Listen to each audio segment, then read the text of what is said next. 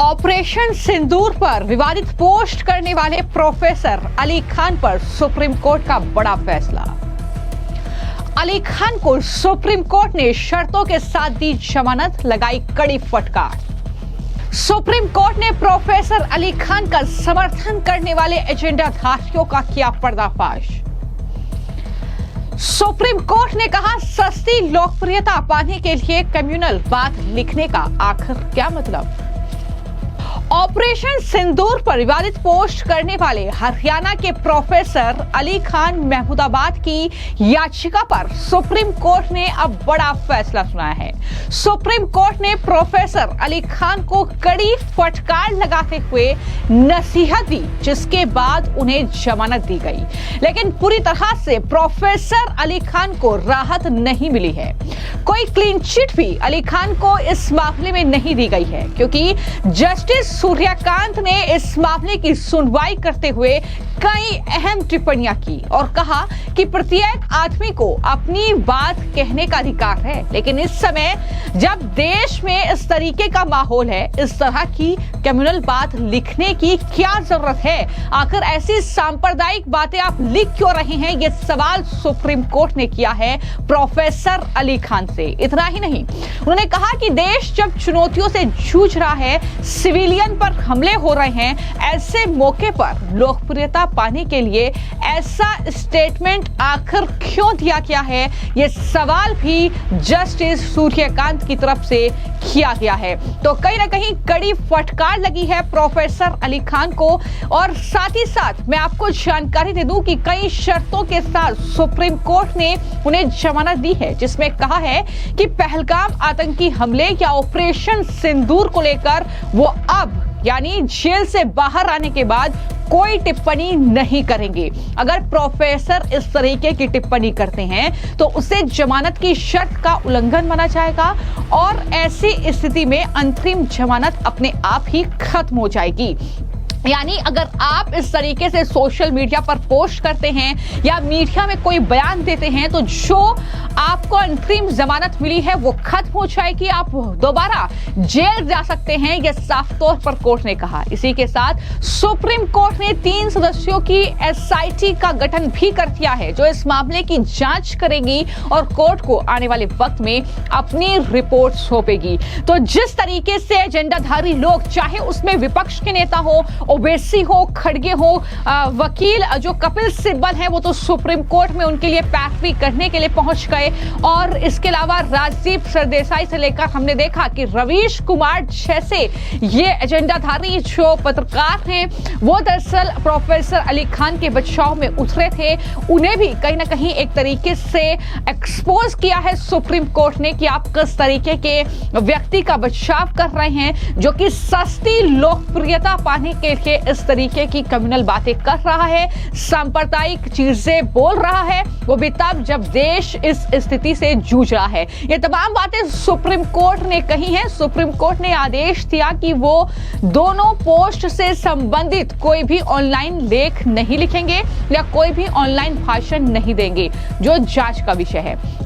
जैसा कि मैंने जानकारी दी कि वकील कपिल सिब्बल द्वारा उनका प्रतिनिधित्व किया गया सुप्रीम कोर्ट में, क्योंकि ये जो अली खान महमूदाबाद है, ये सिर्फ प्रोफेसर नहीं है, बल्कि समाजवादी पार्टी से इनके अच्छे खासे संबंध है अखिलेश यादव के साथ, और ये उस पार्टी के प्रवक्ता भी रह चुके हैं। लेकिन प्रोफेसर ने जिस तरीके से सुप्रीम कोर्ट ने टिप्पणी की कि आपने सस्ती लोकप्रियता पाने के लिए ये सांप्रदायिक टिप्पणी की और ऐसी टिप्पणी करने से आपको बचना चाहिए था। आखिर क्या लिखा था, ये जानकारी लगातार हम आपको इस मामले में दे रहे हैं कि हरियाणा की अशोका यूनिवर्सिटी के ये प्रोफेसर हैं अली खान महमूदाबाद, जिन्होंने हाल ही में ऑपरेशन सिंदूर को लेकर एक विवादित पोस्ट किया था, जिस पर जमकर विवाद हुआ। विवाद इतना ज्यादा बढ़ा कि प्रोफेसर को जेल तक जाना पड़ गया। 8 मई को प्रोफेसर अली खान ने फेसबुक पर पोस्ट लिखा और उसमें लिखा कि कर्नल सोफिया कुरैशी की तारीफ करते करते हुए इतने सारे दक्षिणपंथी टिप्पणीकारों को देखकर मुझे खुशी हो रही है, लेकिन शायद ये लोग मॉब लिंचिंग, मनमाने बुलडोजर और बीजेपी के नफरत फैलाने वाले लोगों के लिए भी इस तरह की आवाज उठा सकते कि इन लोगों को भारतीय नागरिक के तौर पर सुरक्षा दी जानी चाहिए। उन्होंने इतना ही नहीं, कर्नल सोफिया कुरैशी और विंग कमांडर व्योमिका सिंह जिस तरीके से प्रेस कॉन्फ्रेंस में बैठी उससे पाखंड करार दिया था, तो इस मामले को लेकर उन पर यह एक्शन लिया गया था। बाकायदा शिकायत इसको लेकर दर्ज कराई गई थी और ये तमाम बातें दरअसल महिला सैनिकों के बारे में लिखी गई थी और इस नजरिए को हकीकत में बदलना चाहिए। उन्होंने ये लिखा था जब व्योमिका सिंह और साथ ही कर्नल सोफिया कुरैशी ने प्रेस कॉन्फ्रेंस की थी, नहीं तो ये सिर्फ पाखंड है। हालांकि प्रोफेसर अली खान ने अपनी पोस्ट में भारत की विविधता की भी तारीफ की थी, लेकिन इस तरीके से उन पर एक्शन लिया गया, उनकी गिरफ्तारी हुई और जब उनकी गिरफ्तारी हुई तो उसके बाद एक पूरा तबका जो था वो कहीं ना कहीं उनके बचाव में उतर आया, जिसमें रवीश कुमार जैसे पत्रकार जो उनकी इंग्लिश पोस्ट को हिंदी में ट्रांसलेट करके लिख रहे थे और ये पूछ रहे थे कि गिरफ्तारी क्यों हुई, आखिर इसमें गलत क्या है। ऐसा ही सवाल जो है वो राजदीप सरदेसाई ने किया। वहीं पर खड़गे भी भड़के।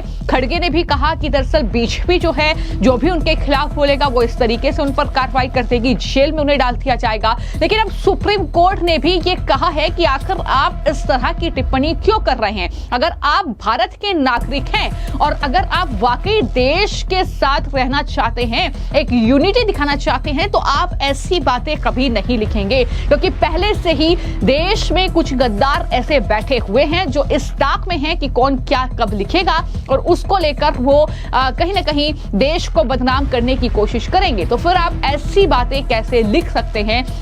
ये तमाम सवाल तो अभी सुप्रीम कोर्ट ने भी प्रोफेसर अली से किए हैं और इस तरीके से उन्हें जमानत दे दी गई है, लेकिन शर्तों के साथ, और कई बातों का जिक्र किया कि आप इस तरीके की कोई लेख नहीं लिखेंगे। सुप्रीम कोर्ट से जमानत मिलने के बाद आप कोई भी मीडिया में बयान इस बात को लेकर नहीं देंगे जो आपने पोस्ट की है, और क्या सस्ती लोकप्रियता पाने के लिए आपके जरिए ये इस तरीके की चीजें जो हैं वो सोशल मीडिया पर लिखी गई, ये सवाल भी किया। लेकिन साथ ही साथ कहीं ना कहीं इन लोगों को भी बेनकाब किया है जो प्रोफेसर अली खान के समर्थन में उतरे हुए थे।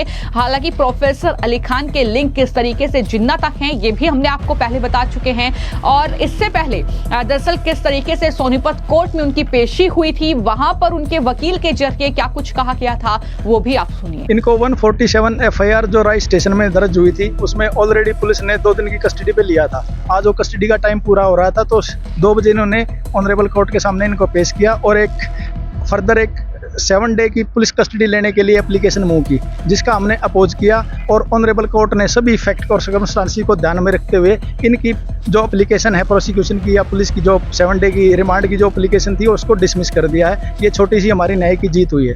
तो आप उनको जुडिशियल में भेज दिया? अब इनको जुडिशियल कस्टडी में भेज दिया गया है। कौन सी कोर्ट है और कहाँ पेश किया? ये आज़ाद सिंह जी की कोर्ट है, ऑनरेबल आज़ाद सिंह जी और JMIC सोनीपत। आगे की आप क्या आगे की रणनीति बेल की रहेगी या जो सुप्रीम कोर्ट में याचिका हमने डाली हुई है उसके बाद ही हम कुछ कर पाएंगे, और सब पूरी टीम से अपने सभी से डिस्कस करने के बाद ही अगली बात पे हम गौर फरमा पाएंगे। हमारे लिए मेन है इनकी लिबर्टी। इनको जो इनको फाल्सली इम्प्लीकेट किया गया है, इन झूठे मुकदमे बनाने की कोशिश की गई, इनका टॉर्चर करने की कोशिश की है, तो इनसे मुक्ति मिले, इनके फैमिली वालों के पास पहुँचे, अपनी 9 महीने की प्रेग्नेंट महिला के अपनी वाइफ के पास ये पहुँचे और अपने उनको केयर करें, क्योंकि is the only person to look after her. क्या नाम है आपका? मेरा नाम एडवोकेट कपिल देव बाल्याण है। तो आपने जो है प्रोफेसर अली खान महमूदाबाद के वकील को भी सुना, जो कि जाहिर तौर पर वो ये कह रहे थे कि सुप्रीम कोर्ट में जो है इस पूरे मामले की सुनवाई होगी, क्योंकि जैसे ही प्रोफेसर अली खान को गिरफ्तार किया गया तो उसके बाद वो अपनी गिरफ्तारी के खिलाफ उन्होंने सुप्रीम कोर्ट में ये याचिका दाखिल की थी, जिस याचिका पर अब सुनवाई हुई। लेकिन जो क्रिमिनल शब्द का इस्तेमाल सुप्रीम कोर्ट ने भी किया है कि आप सस्ती लोकप्रियता पाने के लिए ये नहीं कर सकते हैं, इस तरीके का सांप्रदायिक बयान आप नहीं लिख सकते हैं, ये चीजें नहीं लिख सकते हैं, तो इस पर कितना अमल जो है वो प्रोफेसर करेंगे ये आने वाले वक्त में देखना होगा, और किस तरीके से सुप्रीम कोर्ट की इन टिप्पणियों का असर पड़ता है ये भी कहीं ना कहीं आने वाले वक्त में देखना होगा। फिलहाल आपकी इस पूरे मामले को लेकर क्या राय है हमें कमेंट बॉक्स में जरूर लिखें। धन्यवाद।